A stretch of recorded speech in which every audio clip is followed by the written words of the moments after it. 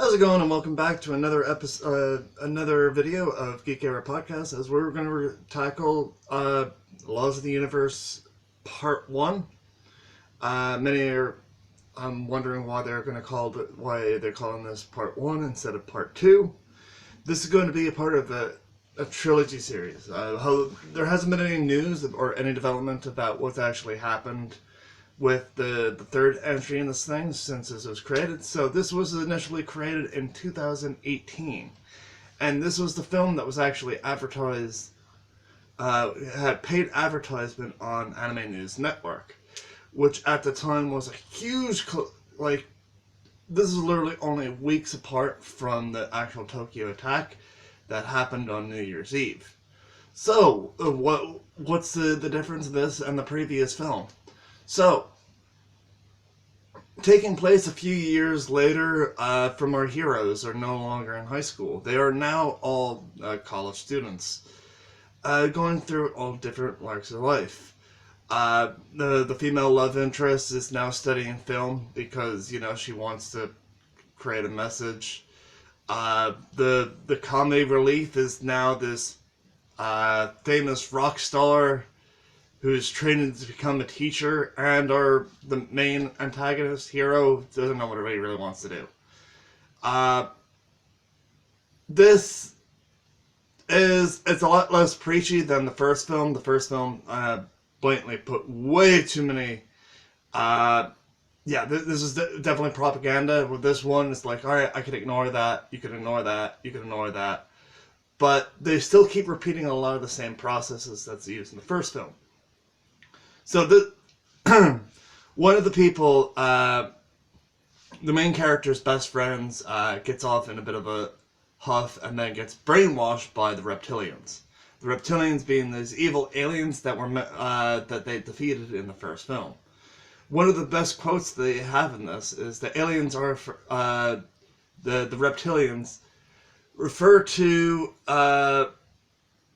they like eating human enemas. Now, I'm not sure if this is a translation problem or something completely different, but they always describe it as human enemas. This is another 2-hour film that could have been broken down into a half-an-hour episode at this point. Well, they do, but way too preachy, and they end up copyrighting a lot of material. The reptilians and all the different alien species introduce a new concept where they're able to actually travel to another planet by using the Stargate. That's right, people. When you thought, copying off of different religions in the first film and their own philosophies was one thing, this time they're going to go after franchises. It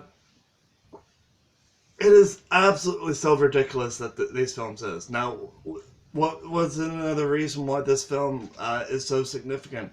This was actually proposed for an Oscar. Now, they didn't get a nomination, but they really heavily advertised this, and the advertising of the DVD. People that are involved into the dub track of this is Wendy Lee. Wendy Lee, Tom Kenny, and Curry Wahlberg. I'd like to know why so many famous people have been involved in this dubbing process.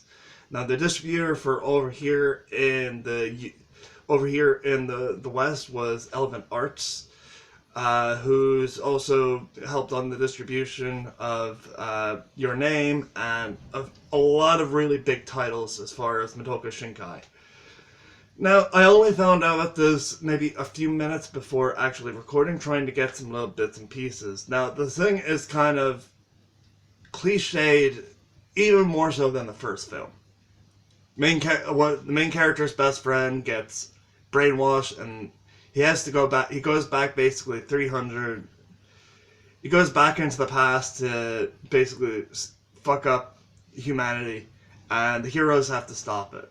Now, this is only a part of a trilogy, meaning that, the story doesn't actually conclude until the next film that may or may not come out. But a lot of people, that have been around on this thing, even on the Japanese side of thing, have either went missing, or they're such a huge thing, it was just another thing on their contract. Over a lot of some of the main characters that were in the Japanese subtitle track for this involved the lead singer that did the opening for Assassination Classroom, and people that have been involved with a lot of different things. Now the CG is very clunky in this, which really does, like, on the level of, you know, tackiness and crappiness level, it went from, like, Birdemic level of stupidity to, I don't know, The Room level of stupidity. One of the strangest things about this is not actually, the dub is actually quite well done. You know, involving, you know, the likes of Tom Kenny and Curry Wahlberg. It is well done for its script, but the dialogue and conversations throughout it are just absolutely god-awful. No one actually has conversations like this, ever. Like, there's a huge argument of, like, where people are going to go after college. But they're only in the middle of college. Alright, the main character hasn't chosen his major, but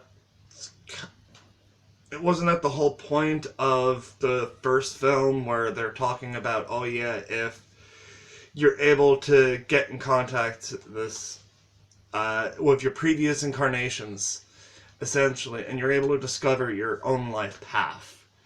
Apparently, if you did that, it still doesn't give you all the answers, which kind of contradicts the points of the first film. Now, the first film was only meant to advertise this one being, yeah, that's kind of a really shitty thing. If you went into this sort of completely blind compared to the first film, to be honest, even if you did actually have any understanding of this film, this is probably one of the worst anime films I've ever seen. And I have seen some really bad films over the years. I've seen like, some of the anime films that are, like, in the bottom list of Mal. But back to more of some of the one of the actresses, the lead female actress for Hentai Kamen, or Perverted Kamen, a film and manga that came out a few years ago, quit show business to focus more on being involved with Happy Science, because she didn't want to basically betray it. I'd like to know what is the process of all these, you know, famous people going missing into the society. Maybe is there something that, you know, the commonly people got it.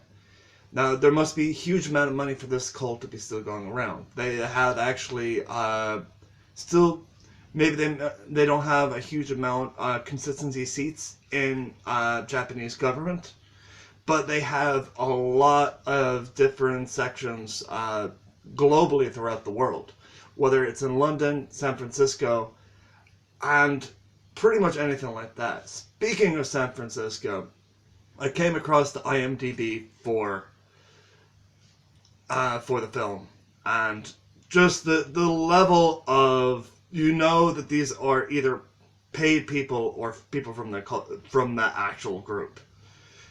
So the first review in a so cool Japanese movie. This movie leads me to another world.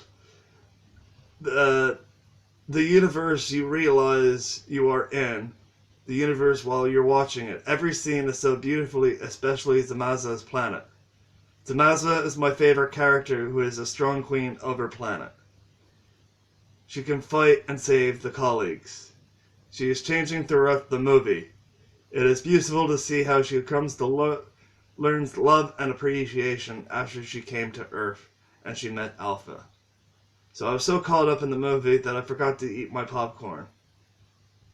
Which never happens to me before. Lol. I really can't recommend this. Like, either these are people that were working for the film at the time, or they're just cult members, because you can blatantly see that English isn't their first language. And that's just the first one. All those reviews on the IMDb page are 9 out of 10 referring to, like, them as Motoko Shinkai and Miyazaki, when it's far from that. Like, the dialogue alone is so crummy. And if it wasn't, you can actually ignore the dialogue and some anime films, the animation sequences or the story was somewhat great, or the visuals, but everything seems to be a generic copy from other films, franchises, other religions. They bring in Greek mythology way too fucking much. For example, like the god Eros is supposedly an alien species in this. Now, do they actually explain any of this stuff, or try to develop the dialogue from the first film? No, they don't.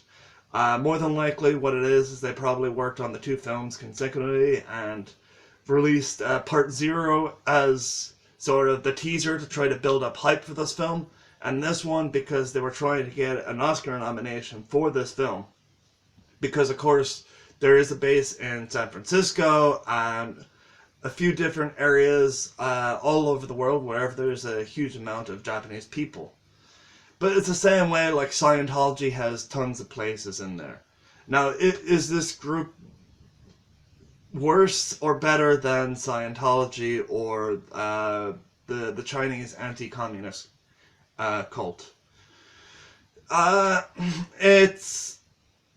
They're so close to a doomsday organization that you can't give them any sort of credit. The fact that they want actually nuclear war to happen, it makes it so foreign to pretty much even the most common day-to-day Japanese people on the street, or even just people in general. I'm just saying with Japanese people, this is the reason why it is. There's been so many people, and it's just such a strange sort of creation. Now, would I still recommend this film to people, just like the first film? Yeah, definitely. It is more of... there's more action-packed thing in it, but definitely it is one of those things you really need to either be drinking something or smoking something to fucking survive this film, because the cringe level in this is really fucking high. So, drink with your friends, have a laugh at it, because sometimes, it's good to enjoy really bad things. Now, should you actually buy this legally? That's a no. Any money that goes into this thing is another dollar and, another dollar, another euro, another yen in their pockets. Legally download this because, hey, at least, it's at least illegally pirating an anime. It's an illegal group. They're not trying to play the innocent card. So until then, this is Sean Alpha. I'm going to do some shoutouts for this video. So if you're interested in seeing some of my friends, you should definitely check out Insane's channel, which I'm going to put in the description, as well as Dragon Ball Dad and a few different others. So until next time, guys, this is Sean Alpha signing off.